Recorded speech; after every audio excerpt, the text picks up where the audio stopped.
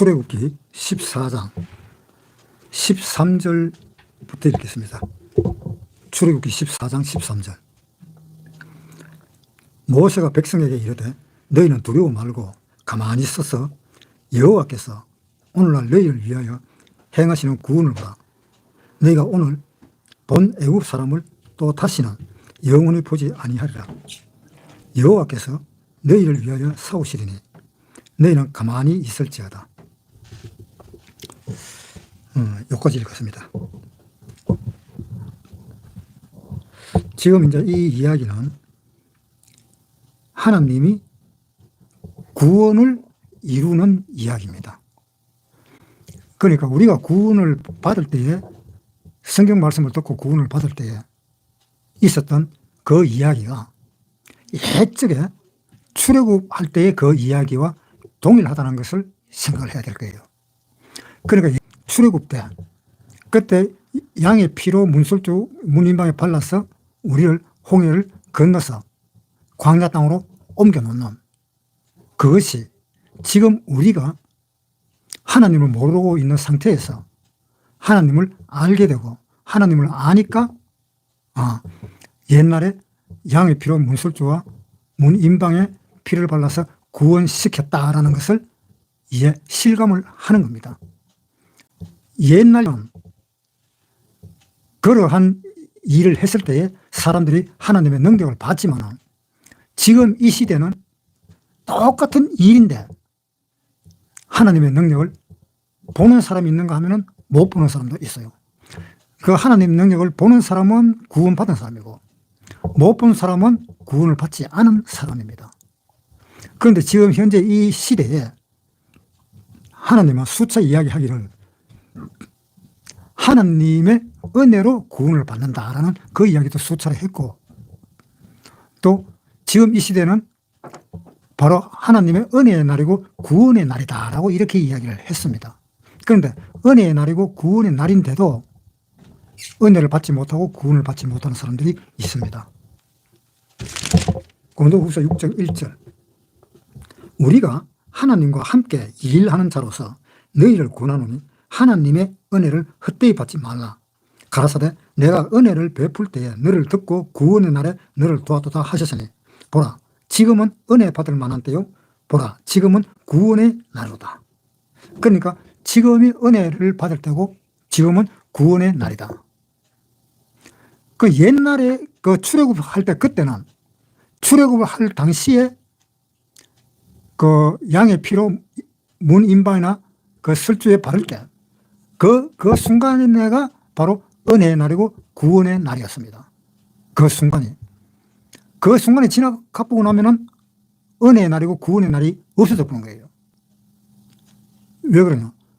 두 번 다시 그러한 일이 일어나지 않기 때문에.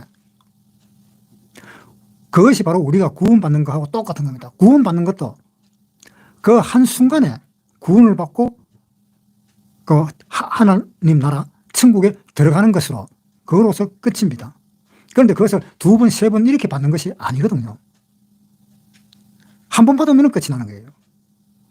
그런데 그것을 받지 못한 사람은 그 구원을 갖다가 한 번 받고 두 번 받고 하는 그것이 아니라 구원을 한 번 받기 위해서 수차 이야기를 많이 듣는 그러한 경우는 있습니다. 왜? 그의 말 뜻을 이해를 잘 못하고 그래서 한 번 듣고 두 번 듣고 세 번 듣고 그렇게 하다가 나중에 이제 그 말 뜻을 알겠다라고 했을 때 그때에 하나님한테 은혜를 받고 구원을 받는 날입니다. 그 은혜를 받고 구원 받는 날이 한 번, 두 번, 세 번 이렇게 있는 것이 아니고. 자, 출애굽기 다시 읽을게요. 14장 13절. 모세가 백성에게 이르되 너희는 두려워 말고 가만히 서서 여호와께서 오늘날 너희를 위하여 행하시는 구원을 보라. 너희가 오늘 본 애굽 사람을 또 다시는 영원히 보지 못하리라. 하나님이 모세에게 이제 하는 말입니다. 하나님이 모세한테 이야기해서 여호와께서 오늘날 너희를 위하여 행하시는 구원을 보라. 자, 이 구원을 보라 하는 말은 하나님이 모세한테 이야기한 거고 또 모세는 일반 백성들에게 한 이야기입니다. 그런데 이 궁극적인 것은 뭐냐? 하나님이 구원을 하시는 걸 보라. 이 말입니다. 그것을 잘못 생각해가지고 모세가 구원하시는 것을 보라. 이렇게 생각하면 안 된다는 겁니다. 보통 그런 경우가 많습니다. 교회 다니는 사람들, 교회 1년이나 10년이나 이렇게 다니는 사람들은 어떻게 말을 하는가 하면은 우리 목사님이 이렇게 말을 했다. 그러니까 우리 목사님 말이 맞다. 그렇게 함으로 인해서 나중에는 어떻게 이게 바뀌어지는가 하면은 그 교회에는 하나님은 두 번째 치고 목사가 우선이다. 이렇게 되어버리는 거예요. 그러니까 그렇게 되어버려서는 안 된다는 겁니다. 하나님이 우선이고 목사는 그냥 그 말을 전해주는 그 역할밖에 할 게 없습니다. 목사는 아무 힘이 없어요. 목사나 일반 신도들이나 다 똑같습니다. 목사가 특별하게 어떻게 일반 신도보다 더 낫다 하는 그런 면은 전혀 없습니다. 다 똑같아요. 단지 다른 것이 있다면 조금 더 하나님에 대해서 조금 더 알고 못 알고 요 차이지 그 차이 이외에는 없는 겁니다. 그래서 우리는 목사님이 이렇게 이야기했다. 그렇게 이야기하는 것이 아니라 하나님이 이렇게 이야기했다. 이렇게 돼야 되는 겁니다. 그렇다고 해서 목사의 위치가 하나님 위치만 올라가는 것도 아니고 목사가 하는 말도 하나님 말씀을 그대로 받아서 하는 말이기 때문에. 그래서 13절에 모세가 백성에게 이르되 너희는 두려워 말고 가만히 있어서 여호와께서 오늘날 너희를 위하여 행하시는 구원을 보라. 하나님께서 행하시는 구원을 보라 라고 이 모세는 그렇게 이야기하는 겁니다. 그러면은 이제 우리가 생각을 해봅시다. 이집트에서 탈출할 때에 하나님이 뭐라고 이야기했는가 하면은 문인방과 문설주의 피를 칠하라. 양의 피를 칠하라. 그러면은 내가 그 피를 보고 내가 넘어가겠다. 이렇게 이야기를 했습니다. 그렇게 이야기를 했는데 사람들이 잘못 생각해서 착각을 하면 안 돼요. 어떤 것이 잘못 생각하고 잘못 착각하는 건지 잘 한번 생각해 보세요. 하나님이 그 문인방이나 문설주의 양의 피를 칠해라라는 그 말씀이 있고 그 칠해 놨으면은 하나님은 그 피를 칠해낸 그 집을 절대로 심판하지 않고 넘어간다라고 이렇게 이야기를 하고 있습니다. 출애굽기 다시 한번 보겠습니다. 출애굽기 12장 13절. 내가 애굽 땅을 칠 때에 그 피가 너희의 거하는 집에 있어서 너희를 위하여 표적이 될지라. 내가 피를 볼 때에 너희를 넘어가리니 재앙이 너희에게 내려 멸하지 아니하리라. 너희는 이 날을 기념하여 여호와의 절기를 삼아 영원한 규례로 대대에 지킬지니라. 그러니까 내가 피를 볼 때에 심판을 하지 않고 그냥 넘어가겠다. 그러니까 심판을 앞으로는 안 하겠다는 이야기죠. 내가 넘어가겠다. 그렇게 말한 그 하나님의 하시는 그 일이 하나님 이외에 또 누가 할 수 있느냐라는 생각을 한번 해봐야 되는 거예요. 우리는 절대로 그렇게 할 수가 없습니다.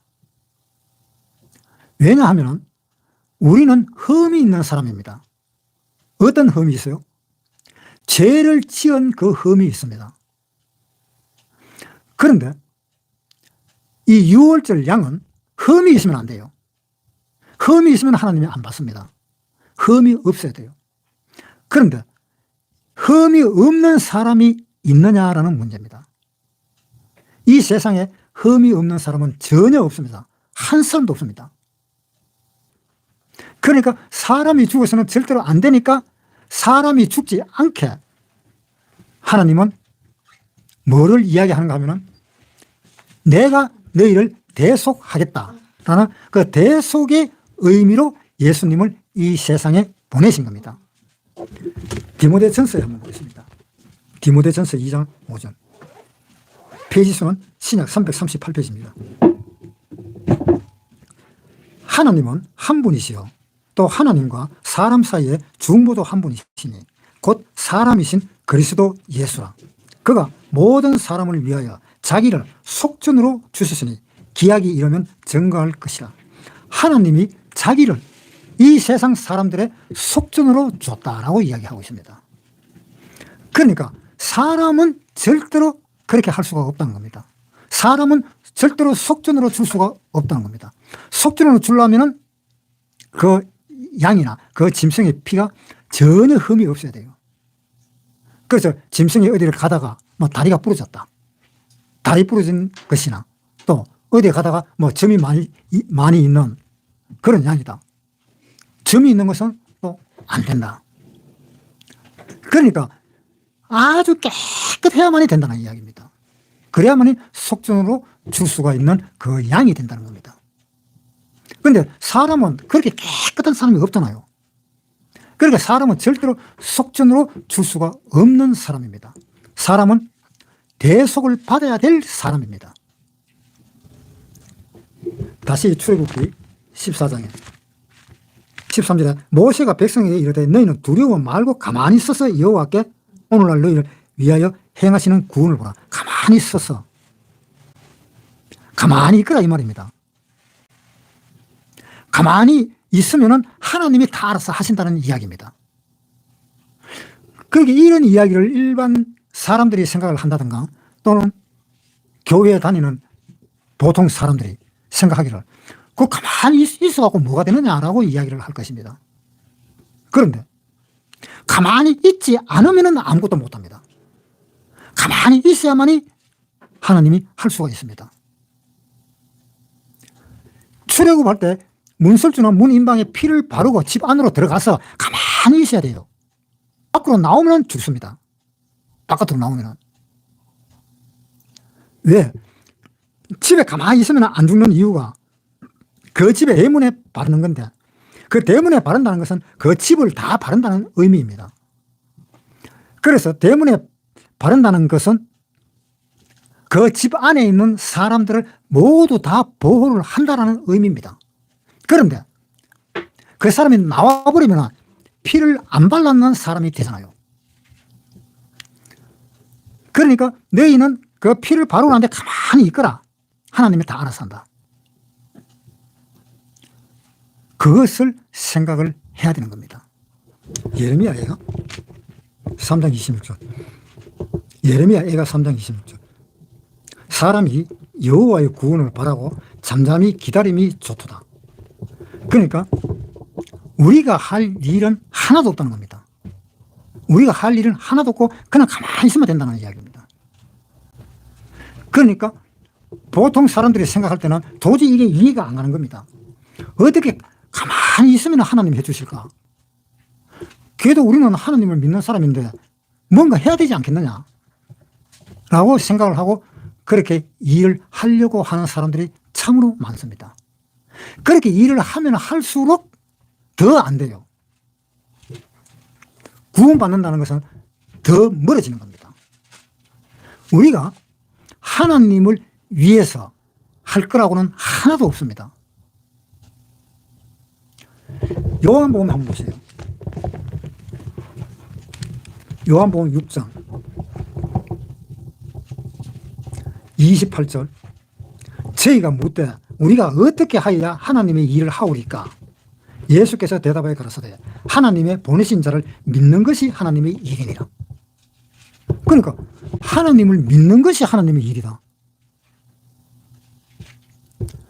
하나님의 일을 믿는 것이 하나님의 일인데 사람들이 할 것이 뭐가 있느냐?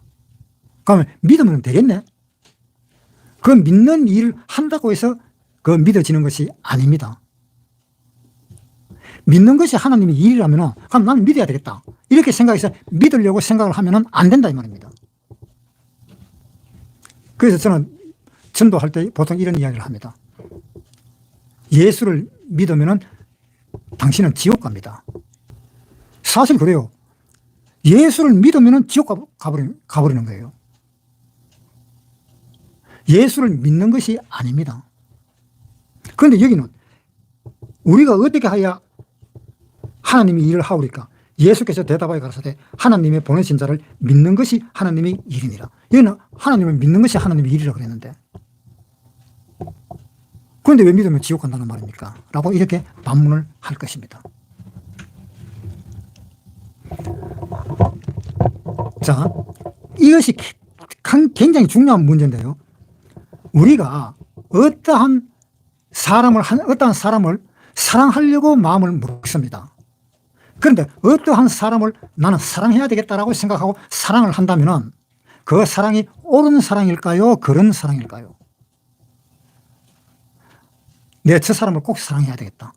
그런다면 사랑해야 된다 생각하고 사랑하는 것은 그것이 옳은 거냐 그런 거냐 이 말입니다. 그것은 옳은 것이 아니고 그런 겁니다. 예. 우리가 남자하고 여자하고 서로 사랑을 할 때에 마음에서 자연적으로 사랑이 일어나잖아요. 자연적으로. 누가 사랑하라고 해서 하는 것이 아니잖아요. 자연적으로 내 마음에서 그 사랑이 우러나서 그 사람을 사랑하게 되잖아요. 그 사람을 사랑하고 싶은 마음이 없는데 내가 억지로 끄잡아내서 사랑해야 된다고 해서 사랑하면 안 된다 이 말입니다. 그러니까 예수님이 뭐라 그랬어요? 원수를 내 몸과 같이 사랑하라 이랬어요. 원수를 내 몸과 같이 사랑하라 그랬는데 원수를 내 몸과 같이 사랑할 수 있나 이게 문제잖아요. 그거 안 되잖아요. 아니 얼굴만 보면 미운 사람인데 얼굴만 보면 나하고 원수가 된 사람인데 그 원수가 외나무 다리에서 만난다고 해서 그 원수 얼굴을 보고 사랑하게 되느냐 이 말입니다. 하나님은 그 원수를 사랑하라 그랬습니다. 그런데 그것이 사랑하게 되느냐 이 말입니다. 원수가 얼굴만 보면 짜증나고 성질부터 먼저 나는데 아무리 사랑하려고 해도 안 돼. 나는 그러한 이야기 종종 하지 않습니까? 그 사랑이라는 것은 마음에서 우러나야 돼요. 그래서 어떤 사람들은 교회에 가서 열심히 하나님을 사랑을 합니다. 기도도 열심히 합니다. 그렇게 열심히 해도 그 마지막은 제로입니다. 그 마지막은 제로고 오히려 마이너스로 들어갑니다. 안 됩니다. 그거. 아무리 사랑하려고 해도 안 돼요. 어떤 사람 그러잖아요. 아니 나는 하루 종일 바깥에서 생활을 하면서 집에 들어와서 나는 내가 했는 일을 갖다가 생각하면서 나는 반성을 한다. 반성을 해서 내일부터는 안 그러려고 반성을 한다. 그런데 그 다음날 아침이 돼갖고 또 바깥에 나가면은 그 직장에서 상관이라든가 안 그러면 밑에 직원이라든가 그런 사람들이 꼴이 보기 싫은데 또 그러한 마음이 또 우러나는 겁니다. 또 우러나서 자기가 어제 반성했다는 것은 깜짝같이 잊어먹고 아니면 생각했다 하더라도 그 생각이 자기의 마음과 감정을 억누를 수가 없는 겁니다. 똑같은 죄를 범하게 되는 거예요. 그게 왜 그러냐? 그 마음속에 저절로 일어나는 그 마음이 없기 때문에 그런 거예요. 남자하고 여자하고 그 사랑을 다 해봤으니까 알겠지만은 그 사랑할 때를 한번 생각을 해봐요. 생각을 해보면 어때요?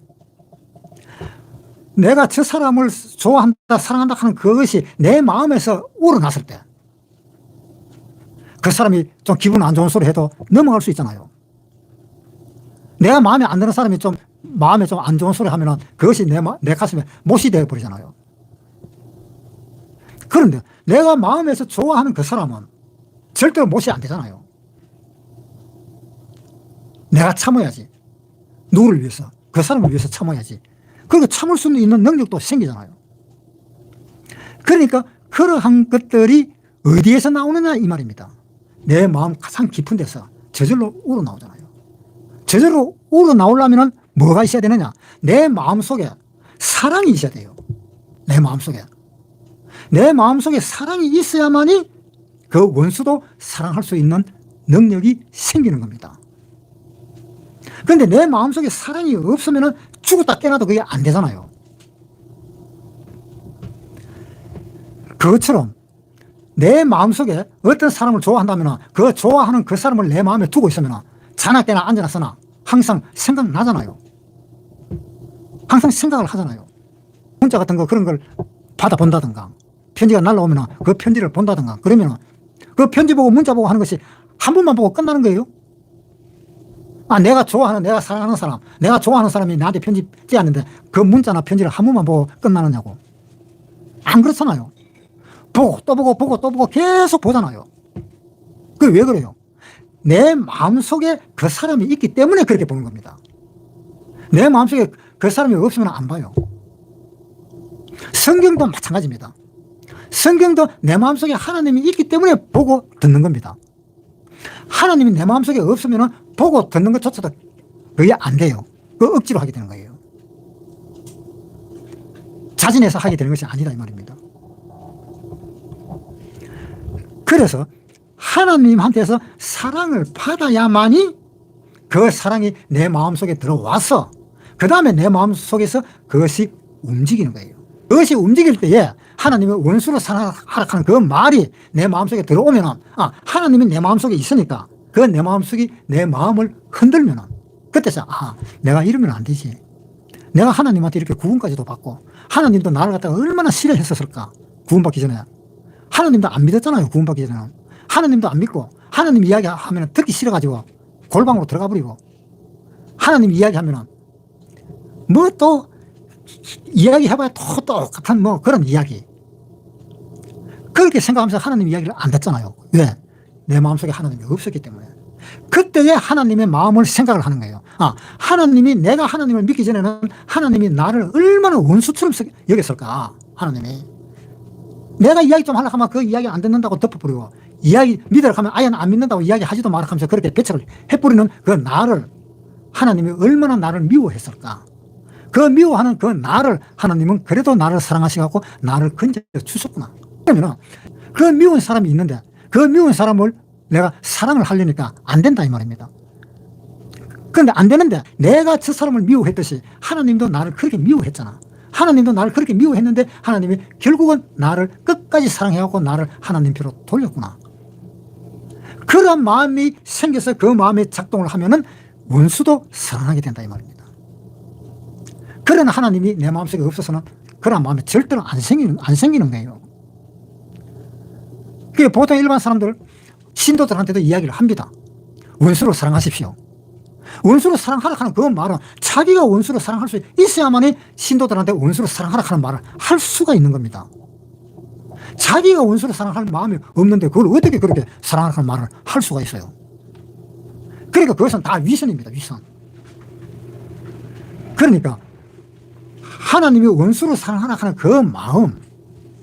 그 마음을 우리한테 불어넣어 줬잖아요. 그분이 우리 마음속에 들어오셨잖아요. 그러니까 우리는 원수를 사랑할 수가 있다 이 말입니다. 자, 출애굽기 14장 다시 보겠습니다. 13절 모세가 백성에게 이르되 너희는 두려워 너희를 위하여 행하시는 구원을 보라. 너희가 오늘 본 애굽 사람을 또다시 영원히 보지 못하라. 자, 너희는 여호와의 행하시는 구원을 보라. 이 말에는 하나님이 우리를 책임지고 있다 하는 그 말도 들어있습니다. 그 안에는. 가만히 있어라. 가만히 있어. 가만히 있으면 내가 다 알아서 해결한다 이 말입니다. 뭐 하려고 움직이지 말고 뭘 하려고 뭐 어수선하게 뭐 건드리지 말고 가만히 있어. 가만히 있으면 내가 다 한다. 너희는 할 것이 하나도 없다. 하나님 그 이야기입니다. 그러면 내가 할 것이 뭐가 있습니까? 물어보면 하나님을 믿어. 그거밖에 없다. 그런데 하나님을 믿어라 했는데 하나님도 못 믿겠는데요. 그렇게 말을 하면 하나님은 뭐라 그랬어요? 그래, 네 말이 맞다. 하나님을 못 믿는 그건 네 말이 맞다. 그러니까 가만히 있어. 가만히 있고 내가 하는 말을 그대로 듣고만 가만히 있어. 왜? 믿음은 들음에서 나기 때문에. 로마서 10장 16절 신약 253페이지 16절 그러나 저희가 다 복음을 순종치 아니하였도다.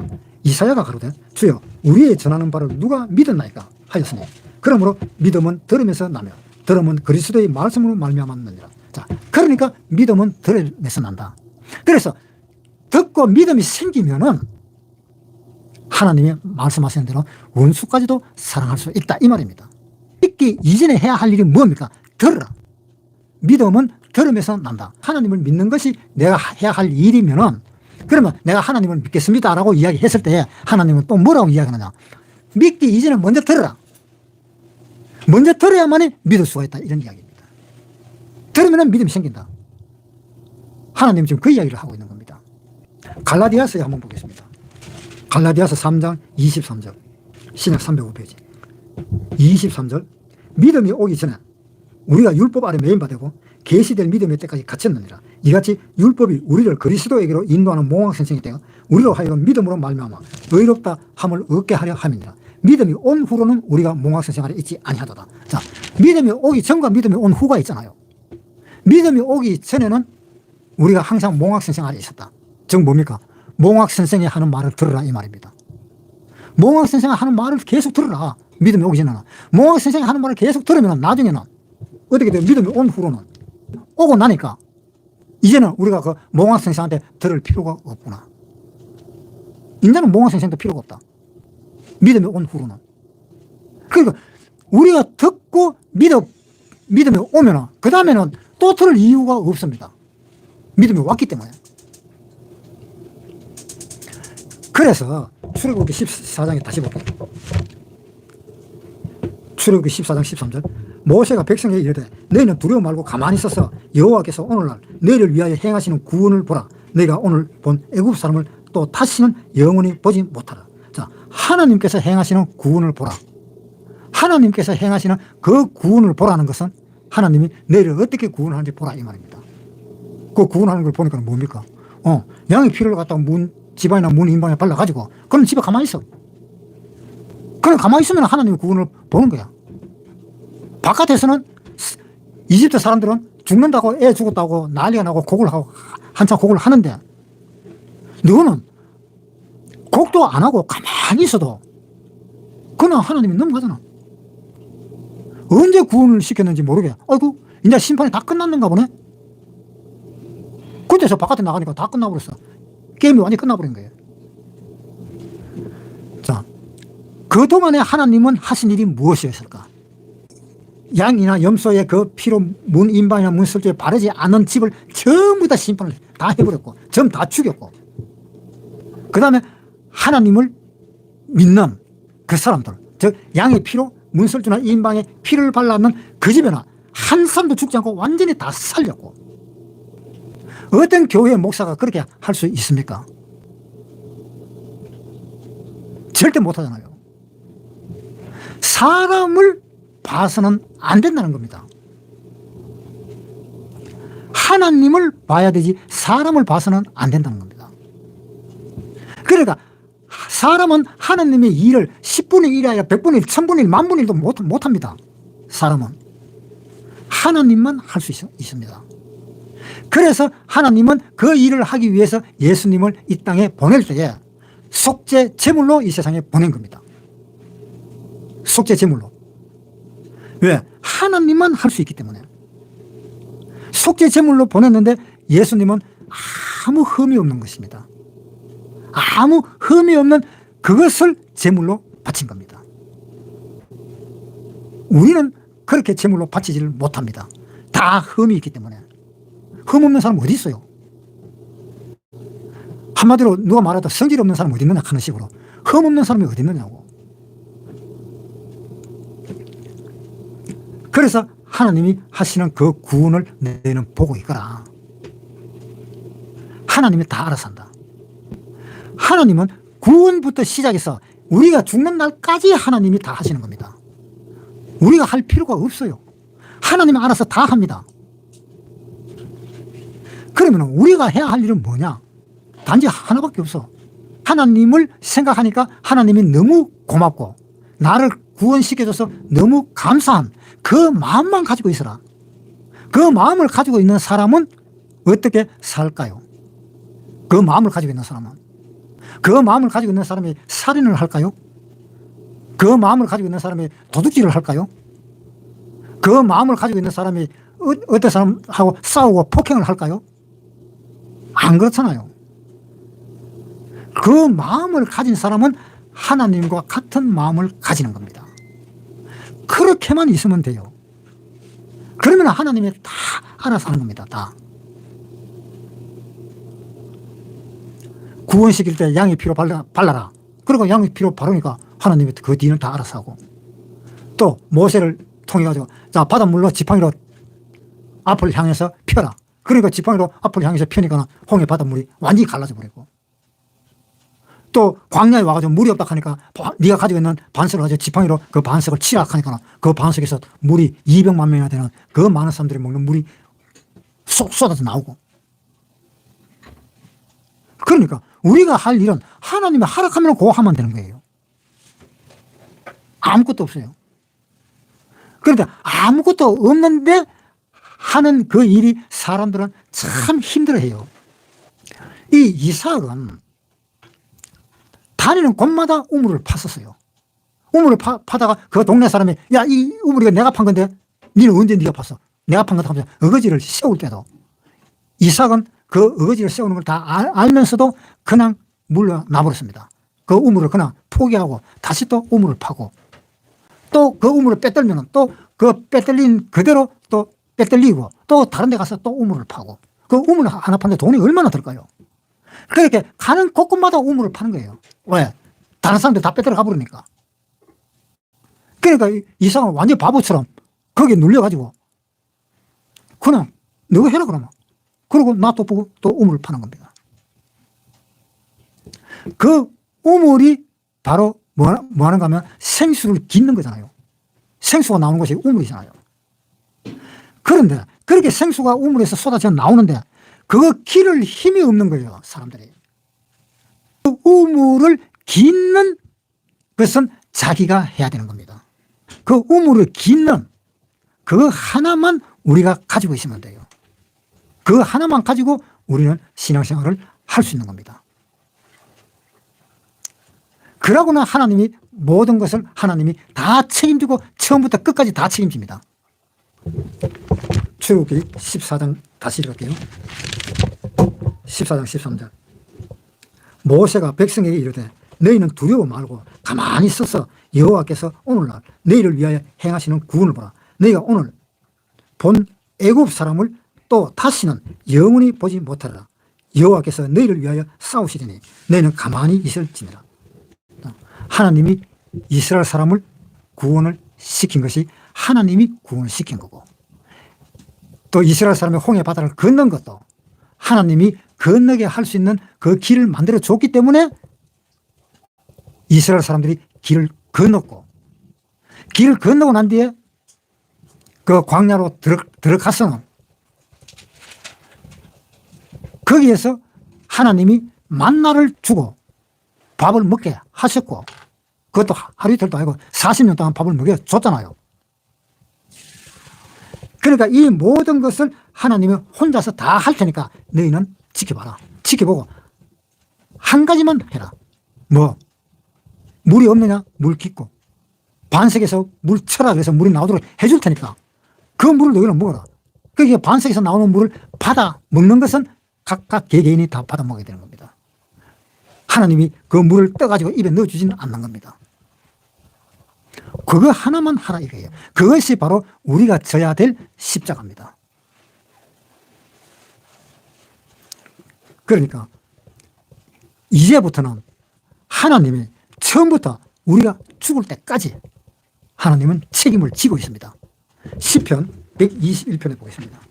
1절부터 읽을게요. 121편 1절. 내가 산을 향하여 눈을 들리라. 나의 도움이 어디서 올꼬? 나의 도움이 천지를 지으신 여호와에게서로다. 여호와께서 너로 실족지 않게 하시며 너를 지키시는 자가 졸지 아니하시리로다. 이스라엘을 지키시는 자는 졸지도 아니하고 주무시지도 아니하시리로다. 여호와는 너를 지키시는 자라. 여호와께서 내 우편에서 내 그늘이 되시나니 낮에 해가 너를 상치 아니하며 밤의 달도 너를 해치 아니하리로다. 여호와께서 너를 지켜 모든 환난을 명쾌하시며 또 내 영혼을 지키시리로다. 여호와께서 너의 출입을 지금부터 영원까지 지키시리로다. 지금부터가 언젠가 하면요, 지금이 구원받은 그때부터, 구원받은 그때를 이야기하는 겁니다. 지금부터 하는 거는 지금부터 영원까지 지키시리로다. 그러니까 우리가 구원을 받고 생활할 때 그 생활이 신앙생활이 되든 아니면 자기 개인적인 어떤 삶이 되든 그 모든 것은 하나님이 다 책임을 집니다. 다 책임을 지는데 이왕이면 그 하나님을 향한 그 삶을 살기를 바랍니다. 하나님을 바라지 않고 살다가는 문제가 발생됩니다. 거기는. 그러니까 하나님을 향한 그 삶을 사십시오. 꼭 그렇게 살아야 돼요. 그래야만이 문제가 발생이 안 됩니다. 오늘 여기서 마치겠습니다.